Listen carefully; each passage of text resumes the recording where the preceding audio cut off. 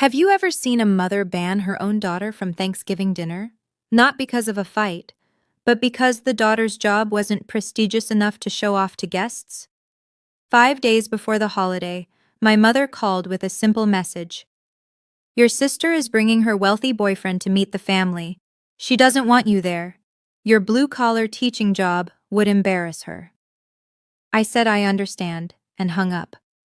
What my family didn't know was that I'd been quietly controlling a $15 million inheritance, the exact money my perfect sister was counting on for her dream wedding. And when they discovered the truth 5 days later and came pounding on my door in panic, the tables turned in ways none of us expected. My name is Thora Mitchell, 32 years old. This is that story. If you're watching this, please subscribe and let me know where you're watching from. The call came on Sunday, November 24th at exactly 6:47 p.m. I remember because I was grading papers on the progressive era, and I'd just written excellent analysis on Marcus Thompson's essay about labor reform. The irony wouldn't hit me until later. There I was, celebrating a student's work on workers' rights, while my own family was about to remind me exactly where I stood in their hierarchy. Thora, my mother said, her voice carrying that particular blend of forced warmth and underlying steel I'd learned to recognize decades ago. We need to talk about Thanksgiving. I set down my red pen. In the Mitchell family, we need to talk never preceded good news. What about it? Well, a pause. The kind of pause that comes before a blow, wrapped in silk. Vivian is bringing Derek to meet the family. You know how important this is. Derek Hartwell. I'd heard the name approximately 400 times in the past 3 months.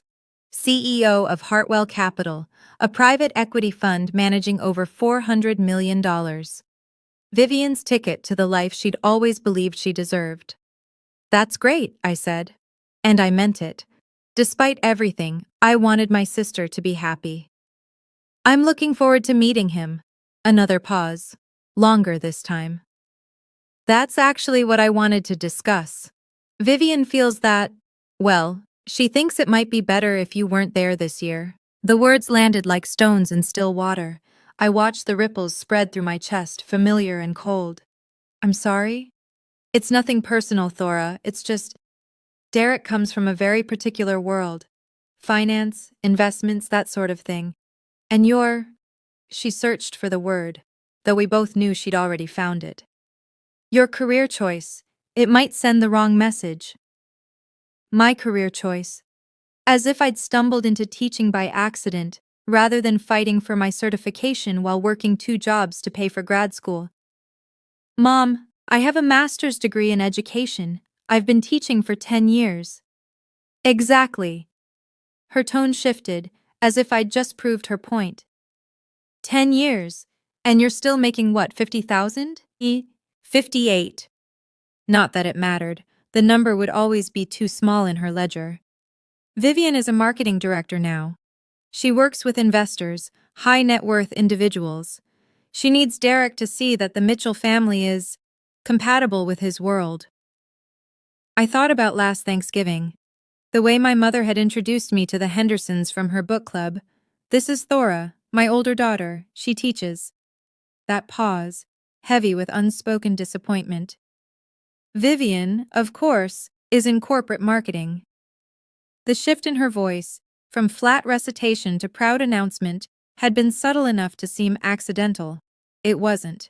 I thought about the email she'd sent 3 months ago, requesting my contribution to Vivian's engagement party. Since you don't have a family of your own to support, I'm sure you can contribute a bit more.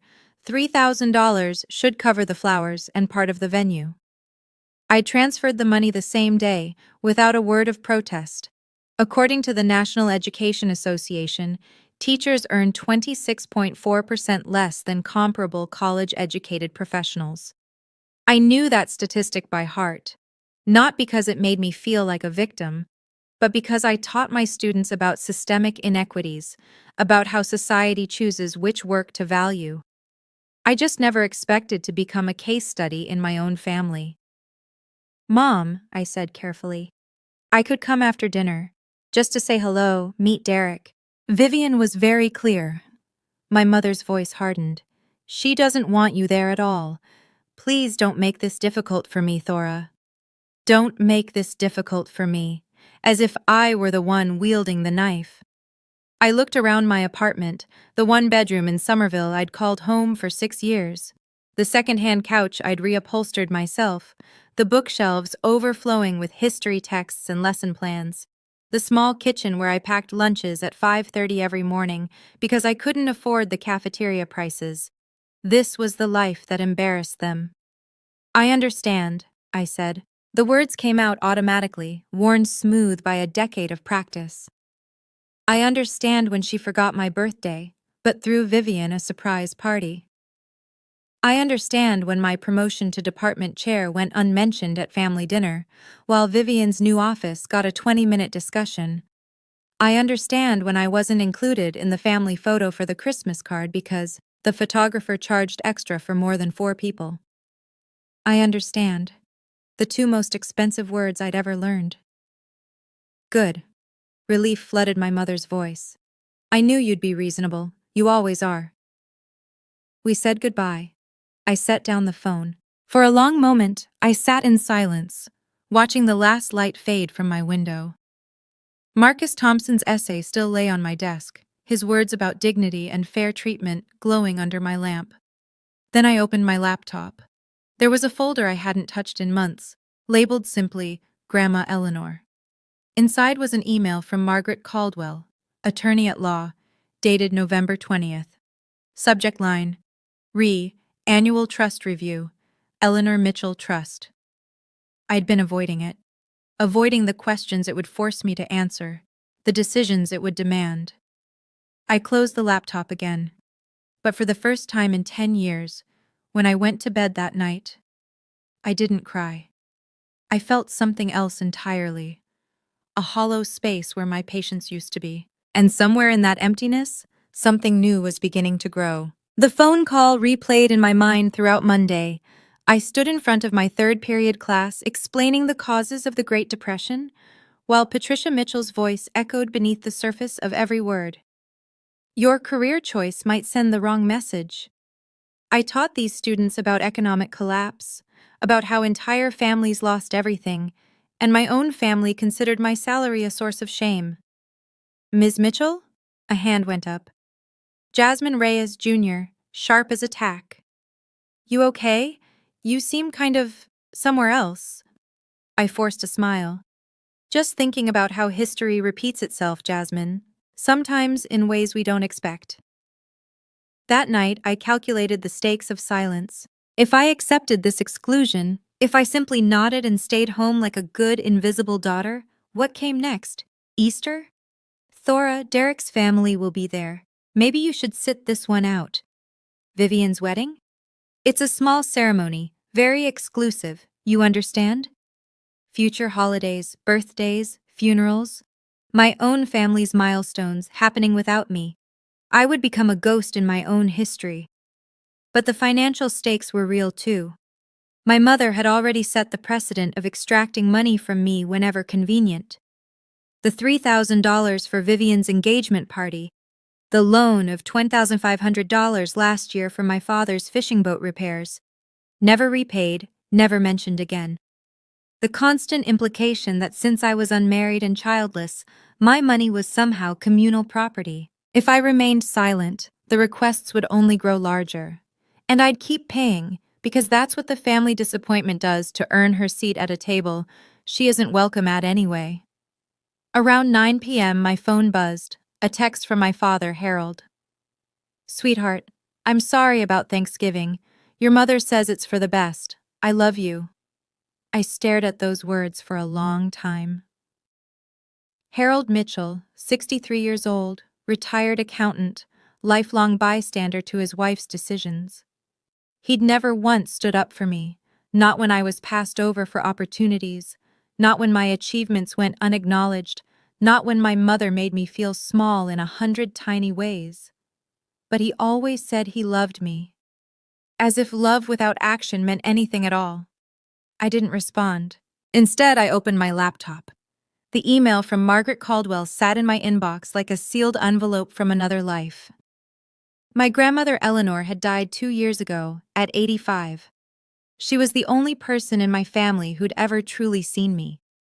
When I graduated from my master's program, she'd driven 3 hours to attend while my parents sent a card. When I got my first teaching job, she'd taken me to dinner and told me she was proud. When I confided my frustrations about feeling invisible at family gatherings, she'd taken my hand and said, "Thora, you're not invisible. You're just surrounded by people who've forgotten how to see." I hadn't understood what she'd done for me until after she was gone. I clicked on Margaret's email. Dear Ms. Mitchell, as per our annual review, the Eleanor Mitchell Irrevocable Trust currently holds assets valued at $15,247,891.33. As sole trustee, you have full discretionary authority over distributions under Section 4.2 of the trust document. Please confirm your distribution intentions for the upcoming fiscal year by December 1st. If you wish to modify distribution terms or add conditions, this must be documented before the fiscal deadline. I'm available to meet at your convenience. Best regards, Margaret Caldwell, Escroll Caldwell and Associates. $15,247,891.33. Vivian was the sole beneficiary. I was the sole trustee, the person who controlled when, how, and whether that money ever reached her hands. My grandmother had made that choice deliberately. She'd told me, in one of our last conversations, "Vivian isn't bad, Thora. She's just never had to learn the value of anything. I want you to teach her. The only way she'll understand." I'd kept this secret for 2 years. I'd told no one. Not my parents, not Vivian, not anyone. Partly because I didn't want my family's relationship with me to be about money.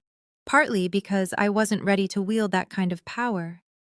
But now, sitting in my dark apartment, freshly exiled from Thanksgiving dinner because my teaching salary might embarrass my sister in front of her wealthy boyfriend, I began to reconsider. Not revenge. That wasn't what Grandma Eleanor intended, and it wasn't what I wanted. But boundaries? Accountability? The right to exist in my own family without apologizing for who I'd become? I closed the laptop and looked out the window at the city lights.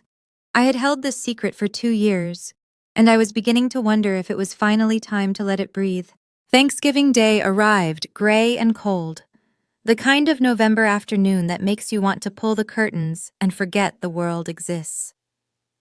I woke at 7, out of habit. Even on holidays, my teacher's internal clock refused to sleep past dawn.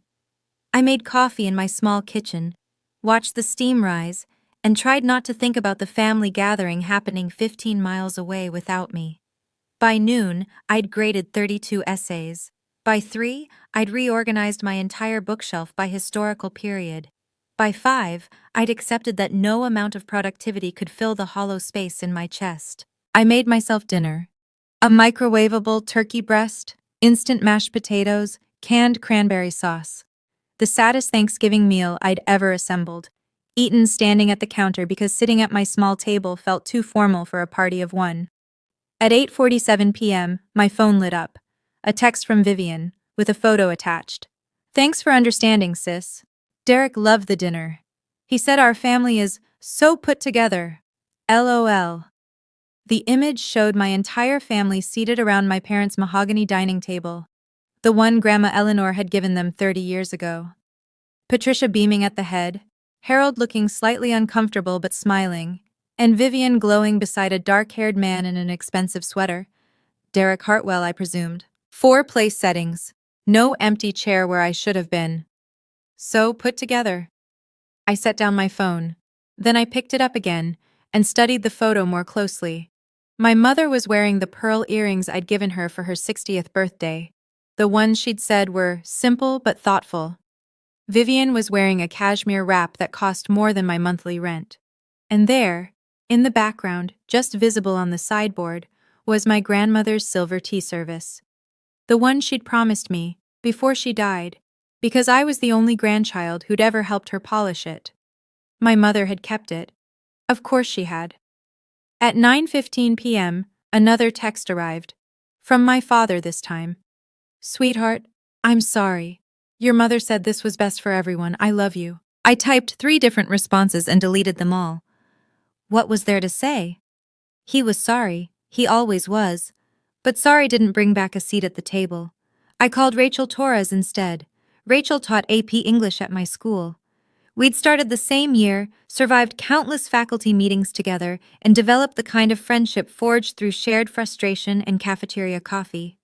She'd listened to 10 years of Mitchell family stories, and she was the only person outside my family who knew about the trust.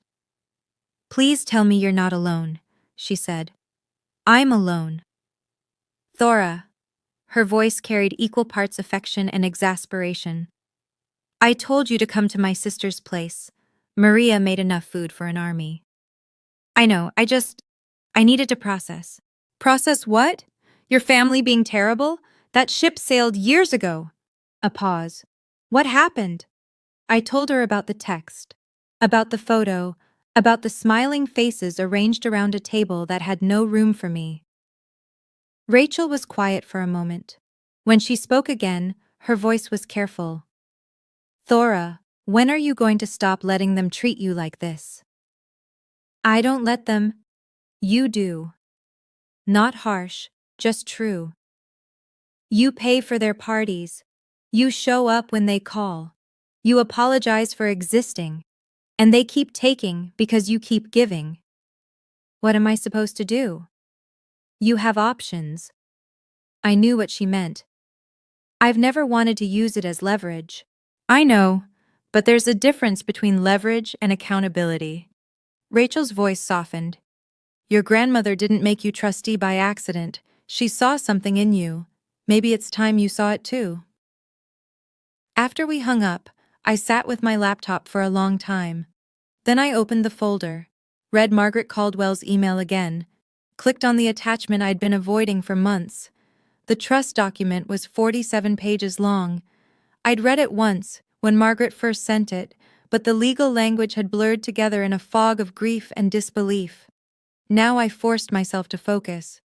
Section 4.2, paragraph 1.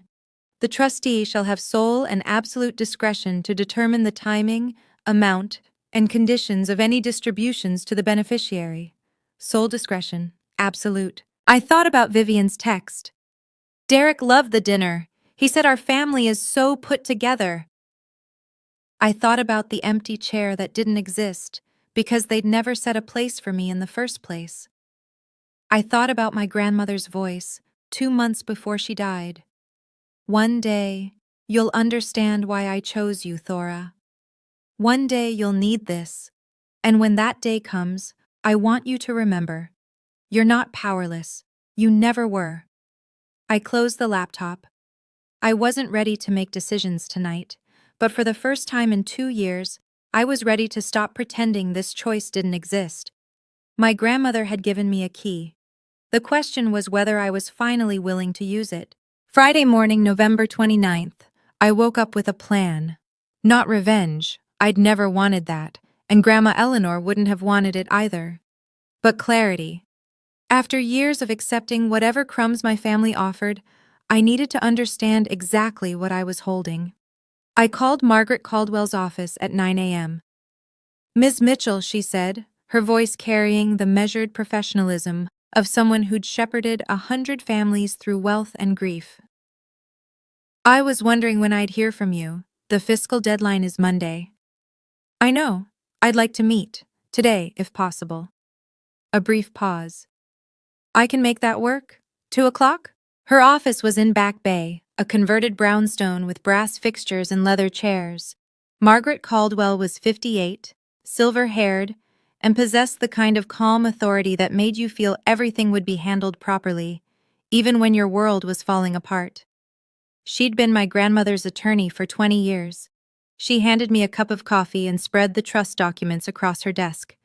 Let's review the basics, she said. Your grandmother established the Eleanor Mitchell Irrevocable Trust in March 2022, approximately 8 months before her death.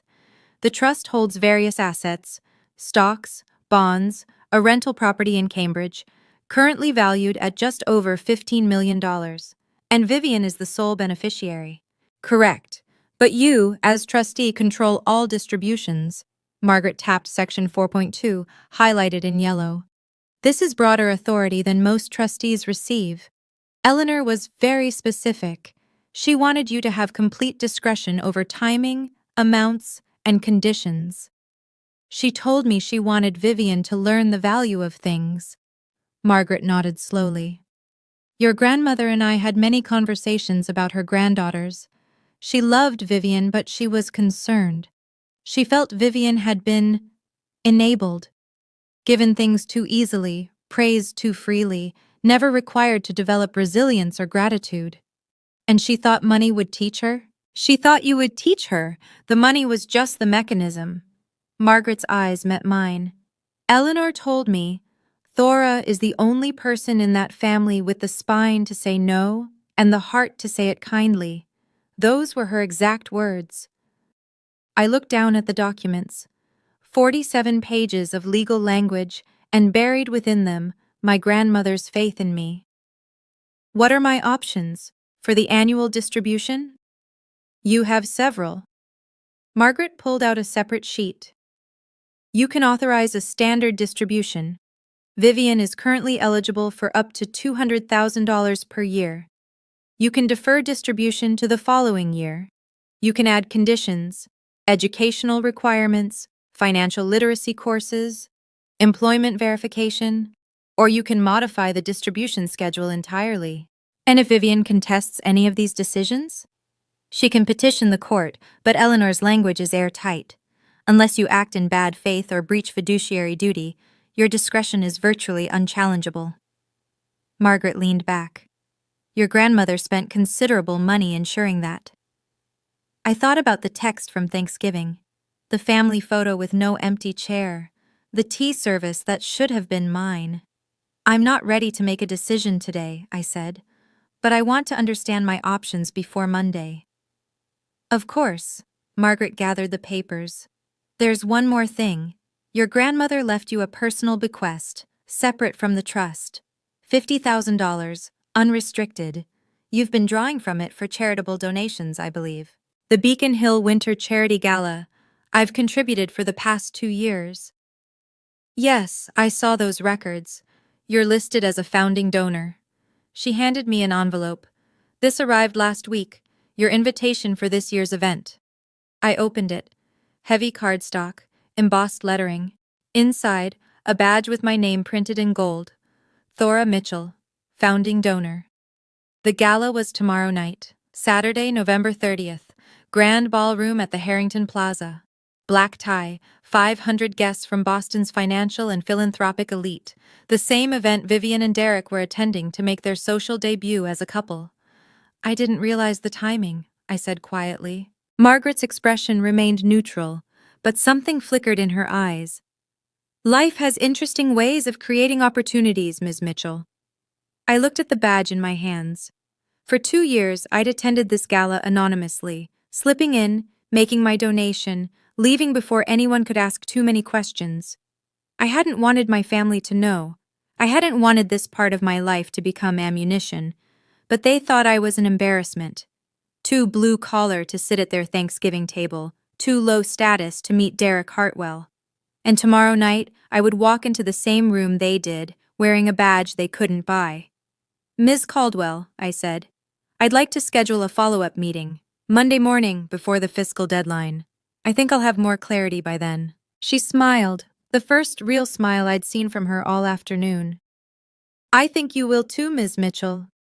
I walked out of her office into the cold November air, the founding donor badge tucked carefully in my purse. For the first time in 10 years, I felt like I had a right to walk into a room without asking permission. Okay, I need to pause here for a moment. If you've ever been treated like you're invisible by your own family, if you've ever had to choose between your self-respect and belonging, type enough in the comments below. And if you want to know what happened at that gala, hit that like button and keep watching. Trust me, you don't want to miss what comes next. Now, back to the story. The doorbell rang at 4:23 p.m. on Friday, November 29th. I wasn't expecting anyone.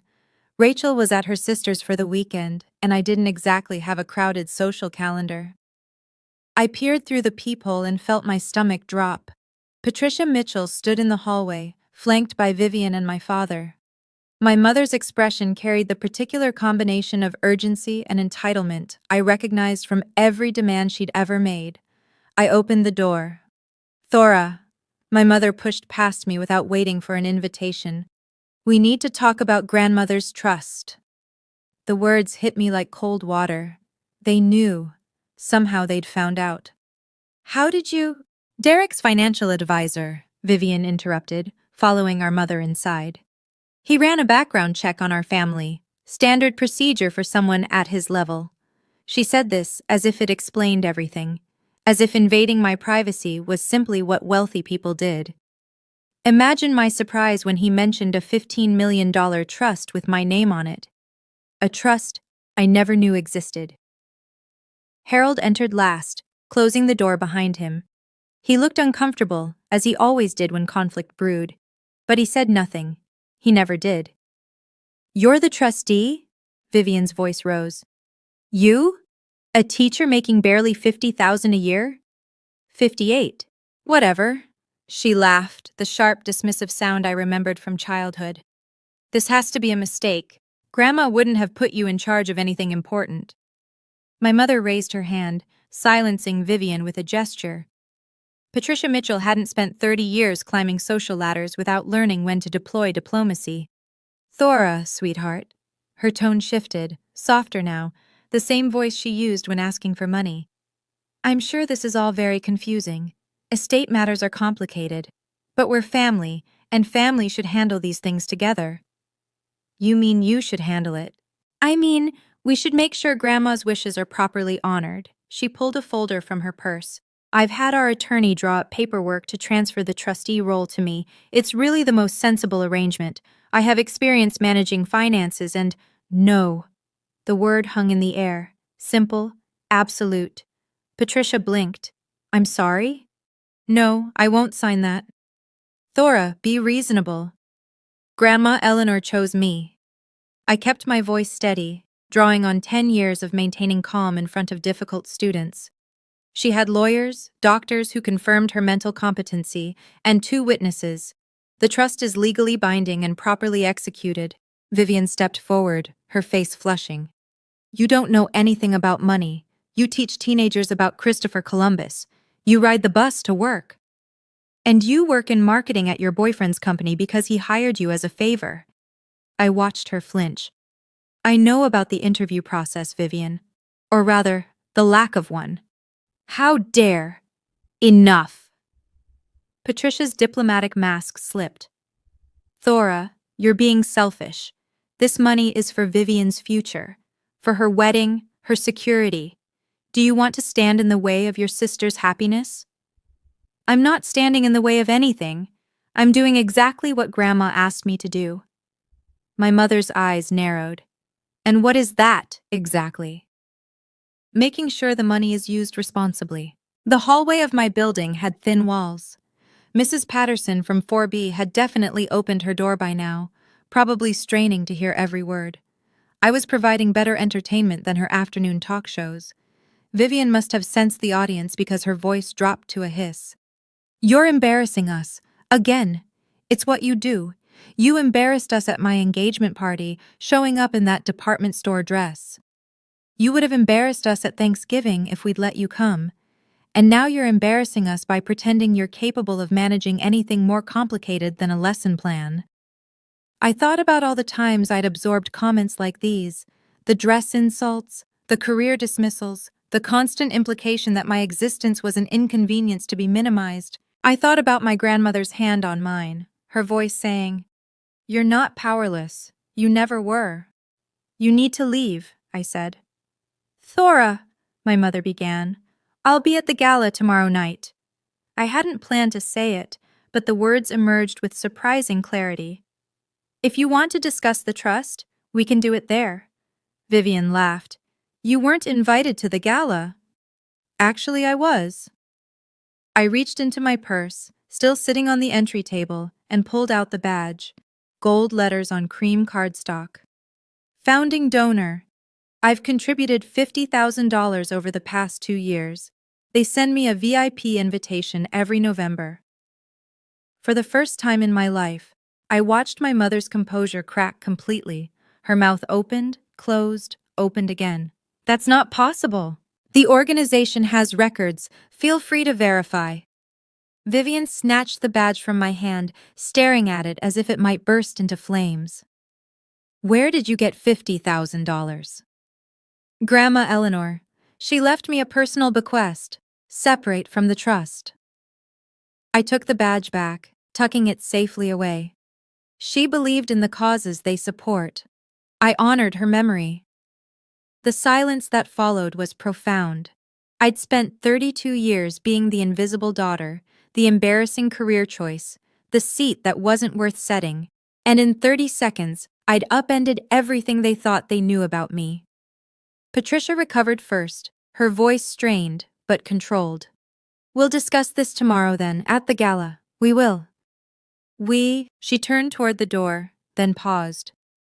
Thora, think very carefully about what you're doing. Family is everything. I know. I opened the door for them. That's why I spent 10 years trying to be part of one. They filed out, Patricia first, Vivian shooting me a look of pure venom, Harold trailing behind with something unreadable in his eyes. As my father passed, he hesitated. Thora. Not now, Dad. He nodded once and followed the others. I closed the door and listened to their footsteps fade down the hallway. My hands were shaking, but not with fear. Tomorrow night, I would walk into that ballroom. I would stand in the same room as my family, at an event they considered their territory. And for the first time, they would see me as I actually was. Not the disappointing daughter they'd invented, but the woman my grandmother had believed in. The Beacon Hill. Winter Charity Gala occupied the grand ballroom of the Harrington Plaza, a space designed to make ordinary people feel small and wealthy people feel magnificent. Crystal chandeliers cast warm light across 500 guests in designer gowns and tailored tuxedos. The minimum donation was $2,000 per ticket. The ambient conversation hummed with discussions of portfolios, philanthropy, and property values. I arrived at 7:15 p.m. on Saturday, November 30th, wearing a simple black dress I'd bought on clearance for $200. But the badge pinned to my chest, Thora Mitchell, founding donor, outshone every piece of jewelry in the room. The VIP entrance was separate from the main doors. A staff member checked my credentials, smiled warmly, and directed me toward the reception area near the stage. Ms. Mitchell, thank you so much for your continued support. The board specifically asked me to express their gratitude. It's my pleasure. My grandmother believed strongly in your mission. I accepted a glass of champagne and moved through the crowd, exchanging pleasantries with foundation staff who recognized my name from donor reports. For 2 years, I'd attended these events quietly, arriving late, leaving early, avoiding attention. Tonight was different. Tonight, I was done hiding. I spotted them across the ballroom at 7:32 p.m., Patricia in emerald green, Harold looking uncomfortable in his rental tuxedo, and Vivian radiant in a silver gown that probably cost more than my monthly salary. Beside her stood Derek Hartwell, tall, dark-haired, carrying himself with the easy confidence of someone who'd never worried about a bill in his life. They hadn't seen me yet. They were working the room, Vivian's hand on Derek's arm, performing the social choreography of ambitious people at important events.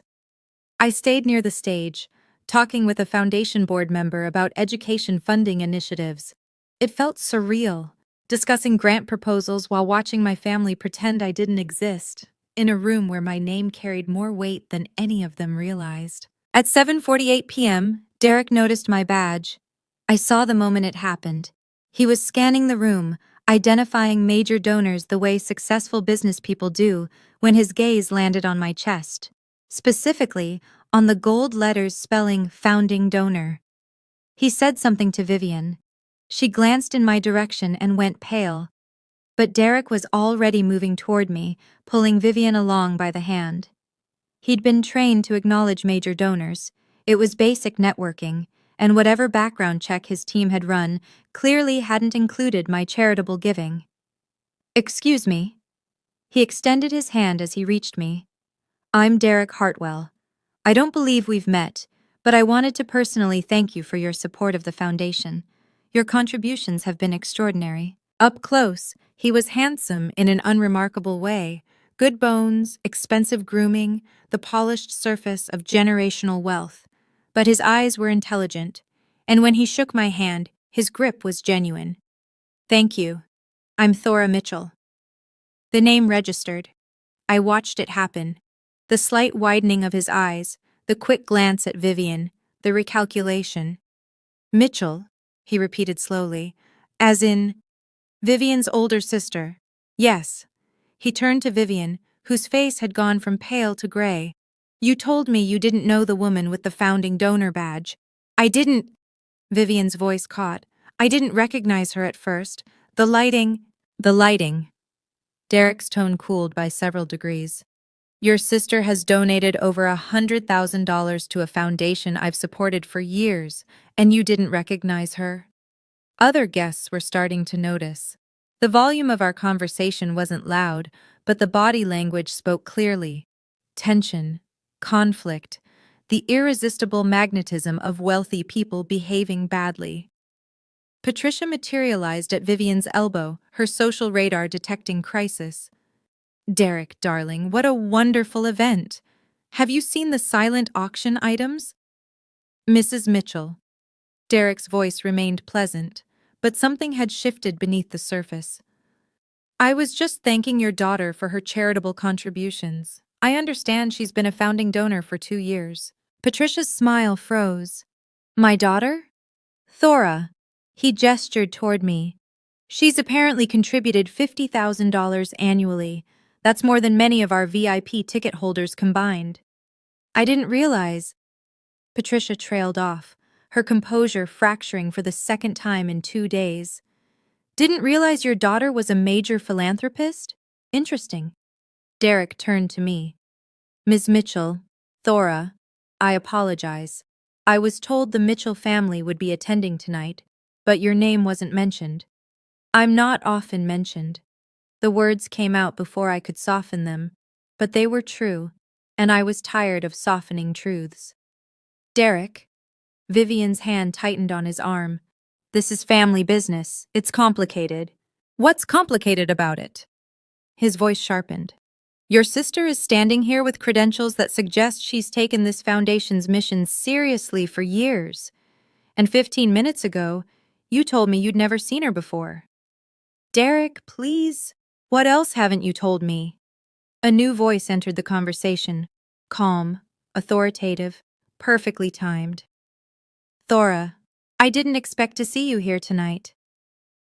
Margaret Caldwell approached in a navy blue gown, her silver hair swept into an elegant twist.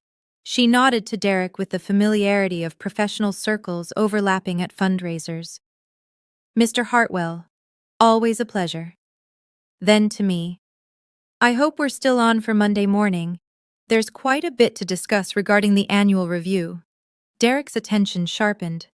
"Review?" Margaret smiled blandly. "Ms. Mitchell is one of my most valued clients. She manages a substantial trust with remarkable diligence." She turned to Patricia. "Your mother made an excellent choice, Mrs. Mitchell. The Eleanor Mitchell Trust is in very capable hands." The temperature around our little group dropped by several degrees. "Thora manages the trust?" Derek looked from me to Vivian. "The trust you told me was being handled by the estate?" Vivian's face had passed gray and was approaching white. I thought."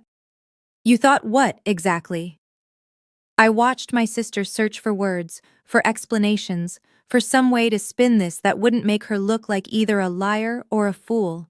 She found none. "I think," I said quietly, "that you two have things to discuss. If you'll excuse me." I turned to walk away, but Derek's voice stopped me. "Ms. Mitchell. Thora." When I looked back, his expression had shifted. The smooth social mask had cracked, revealing something rawer beneath.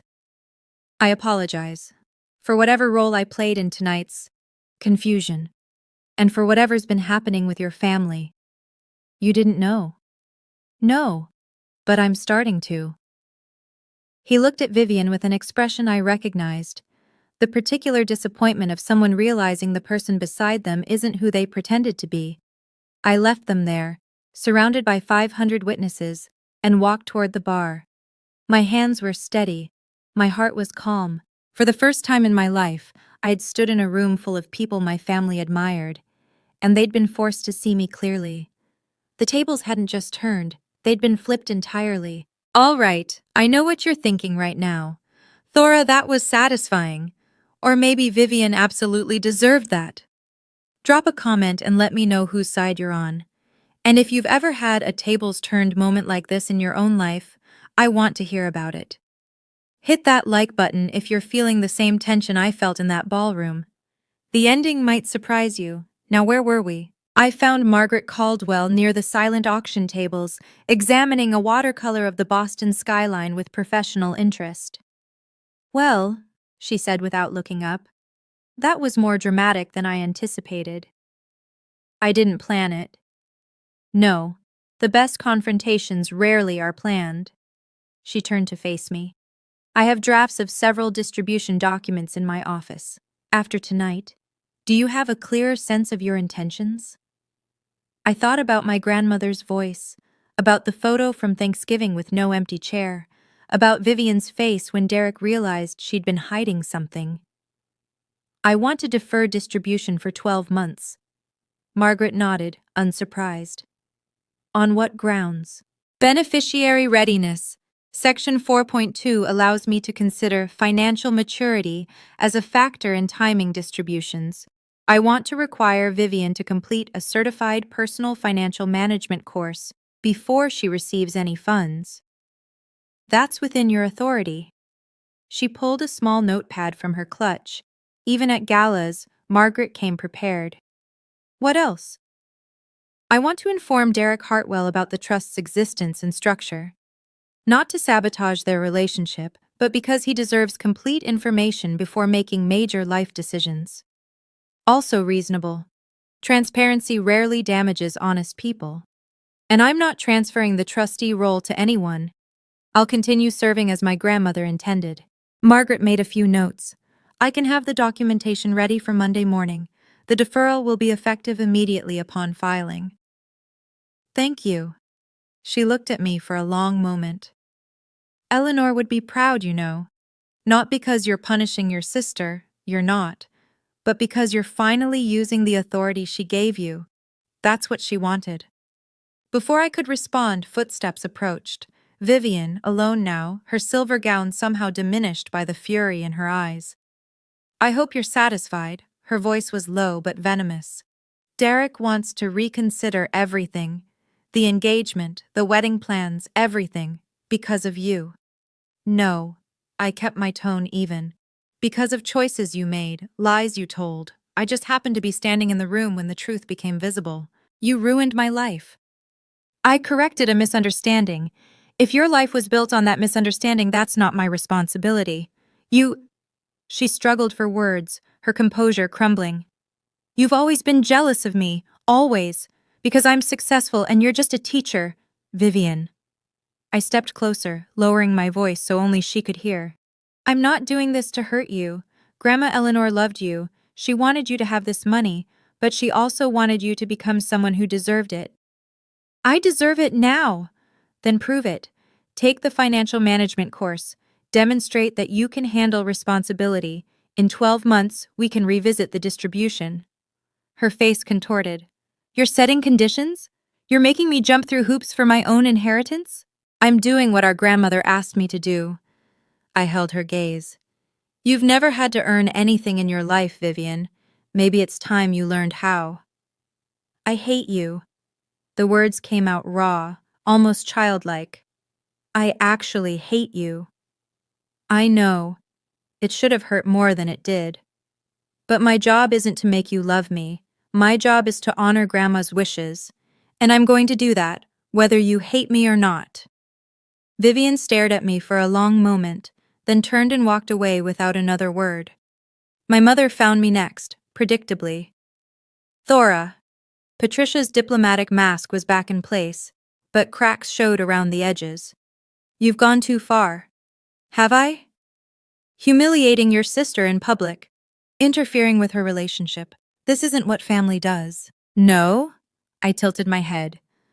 What about calling to ban someone from Thanksgiving because their job might embarrass the family? Is that what family does? That was different. How? For once, Patricia had no ready answer.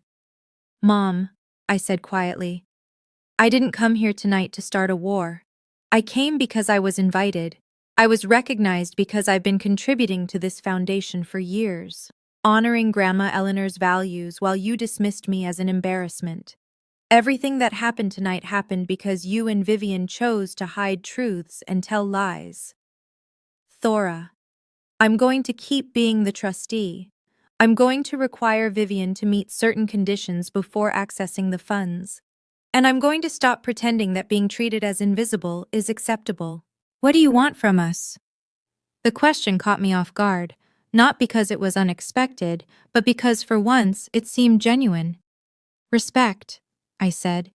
Not because of money or status, but because I'm your daughter. I've spent 32 years trying to earn a seat at your table, and I'm done.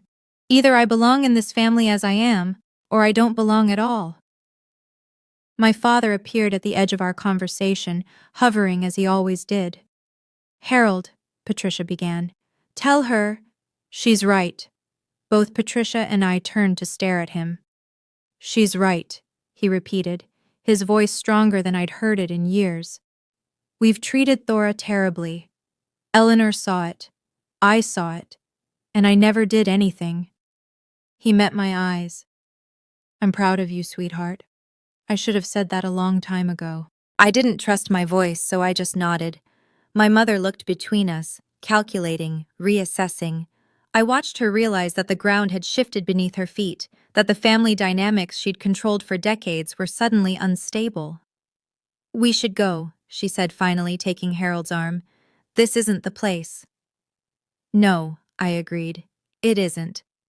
I left the gala at 10:47 p.m., stepping into the cold November night with my badge still pinned to my dress. The doorman hailed a cab, calling me Ms. Mitchell with genuine warmth. I didn't feel victorious. I didn't feel vindicated. I felt free. The fallout began within 48 hours. Derek Hartwell announced to Vivian on Sunday morning that he needed space to think. By Monday afternoon, their engagement was on indefinite hold. Not officially canceled, but suspended in a limbo that spoke volumes. Word spread through their social circle with the efficiency of gossip among the wealthy. The golden couple of Hartwell Capital had hit turbulence. Vivian's position at the company became untenable by Tuesday. She wasn't fired, Derek was too polished for that, but she was encouraged to explore opportunities that might better align with her long-term career goals. Translation. Her presence had become awkward, and everyone knew it. She cleaned out her desk on December 3rd. My mother received phone calls from her social circle throughout the week. The Hendersons, the Castellanos, the Morrison Whites from her charity board, all expressing concern and offering support, which was really code for mining for details about the Thanksgiving scandal that had apparently become the talk of the Winter Gala. The story is everywhere, Rachel reported over coffee on Wednesday. I heard 3 different versions at my dentist's office yesterday. Something about a sister being banned from Thanksgiving and then showing up as a major donor. The details vary, but the punchline is always the same. What punchline? That the embarrassing daughter turned out to be more impressive than anyone knew. Rachel grinned. People love an underdog story, Thora, especially one with receipts. The formal aftermath came Monday morning, December 2nd, at Margaret Caldwell's office. I signed the deferral documents at 9:15 a.m. The language was precise. Distributions from the Eleanor Mitchell Irrevocable Trust to beneficiary Vivian Mitchell would be suspended for 12 months, pending completion of a certified personal financial management program from an accredited institution. The course requirement wasn't punitive. It was exactly the kind of condition trustees routinely imposed on young beneficiaries who hadn't demonstrated financial readiness. For what it's worth, Margaret said as she notarized the final page, your grandmother would have handled this exactly the same way. She wasn't interested in punishment. She was interested in growth. I hope Vivian sees it that way eventually. She might. Time changes perspectives. Margaret slid the completed documents into a folder. There's one more thing. Derek Hartwell's assistant contacted my office yesterday. He'd like to meet with you privately. No pressure. You're under no obligation, but he expressed genuine interest in understanding the family situation better. I thought about it. I'll consider it. The email from my father arrived that afternoon. It was 3 pages long. The most Harold Mitchell had written to anyone in years, probably. He apologized for 32 years of silence. He acknowledged that my mother's treatment of me had been unfair and that his failure to intervene made him complicit. He didn't make excuses or ask for forgiveness. He simply said he wanted to do better, if I'd let him try. I read it 3 times, then saved it in a folder labeled Family. Vivian's response came by text on December 5th. Fine, I'll take your stupid course, but don't expect me to thank you for this. I replied, I don't expect thanks, I expect results. Good luck with the program. She didn't respond, but Margaret confirmed her enrollment 2 days later. Introduction to Personal Financial Management, starting January 15th at a local community college. 12 weeks. The first step toward proving she could handle the inheritance our grandmother had left for her. The Boston Society blog ran a piece on December 8th, anonymous but clearly sourced from gala attendees. The Thanksgiving scandal that rocked the Winter Gala told a version of events that was mostly accurate, painting my family in unflattering terms while presenting me as a quiet philanthropist who emerged from the shadows with impeccable timing. I didn't love being public, but I couldn't deny the satisfaction of seeing the truth acknowledged in print. On December 10th, I received an email from the Foundation's board. Dear Ms. Mitchell, in recognition of your extraordinary commitment to our mission, we would like to extend an invitation to join our advisory council. Your perspective as an educator and your dedication to charitable giving would be invaluable to our strategic planning efforts. We hope you'll consider this opportunity. Warmest regards, the Beacon Hill Foundation Board. I read it sitting at my kitchen table, in the apartment my family had considered embarrassing, after a day of teaching students about the progressive era and the long arc of social change. Maybe, I thought, that arc was bending in my direction for once. December 21st. 4 days before Christmas. 3 weeks since the gala. My apartment was warm with cooking smells, rosemary chicken, roasted vegetables, a pie cooling on the counter that Rachel had brought despite insisting she didn't bake. We'd pushed my small table against the wall to make room for 6 chairs. Rachel, 2 colleagues from school, Maria from Rachel's family, and my father. Just my father. Patricia had called twice, asking to be included. I'd declined both times. Not yet, Mom. I need more time. How much time? I'll let you know. She hadn't argued. That, more than anything, told me how much the last 3 weeks had shifted our family's dynamics. Harold arrived at 5:30, carrying a bottle of wine and an expression of nervous hope. He'd never visited my apartment before.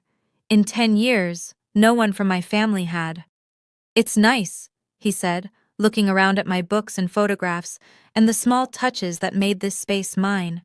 It's you. Thanks, Dad. The dinner was imperfect and wonderful. Rachel told embarrassing stories from our first year of teaching. Maria dominated a debate about the best pie crust technique. My colleagues complained about standardized testing. My father listened more than he spoke, but when he did contribute, his comments were thoughtful and kind. At one point, he caught my eye across the table and mouthed, "Thank you." I nodded. We were both learning what this could look like, a relationship built on honesty instead of avoidance. Vivian texted at 7:45 p.m. "Merry Christmas, Thora. I'm trying." I showed my father the message. He read it twice, then handed my phone back. "She means it," he said. "The course is harder than she expected, but she's doing the work." Good. She asked me if you'd ever forgive her. I thought about that for a moment. Forgiveness isn't the issue. Trust is. And trust takes time. He nodded slowly. That's fair. I texted Vivian back. I see that. Merry Christmas. 3 words. Not absolution, not warmth, but acknowledgement. A door left slightly open. After the guests left, Rachel lingering to help with dishes despite my protests, I sat alone in the quiet of my apartment, looking at the Christmas lights I'd strung across my window. The past month had taught me things I should have learned years ago. That boundaries aren't punishment, they're protection. That saying no to unfair treatment isn't selfish, it's necessary. That you can love people and still refuse to accept harm from them. My grandmother had understood this. She'd given me the tools to protect myself, knowing I'd need time to find the courage to use them. You're not powerless, she'd told me. You never were. I hadn't believed her then. I believed her now. The foundation's invitation sat on my coffee table. I'd decided to accept, not because I needed the status or the recognition, but because it felt right. Continuing my grandmother's legacy of thoughtful giving, being part of something larger than my family's dysfunction. And teaching. I'd keep teaching. Not because I couldn't do anything else, but because it mattered. Because every time a student like Marcus Thompson wrote an excellent essay or Jasmine Reyes asked a sharp question, I was reminded why I'd chosen this path in the first place. My blue-collar job had never been the problem. The problem was people who measured worth in dollars instead of impact.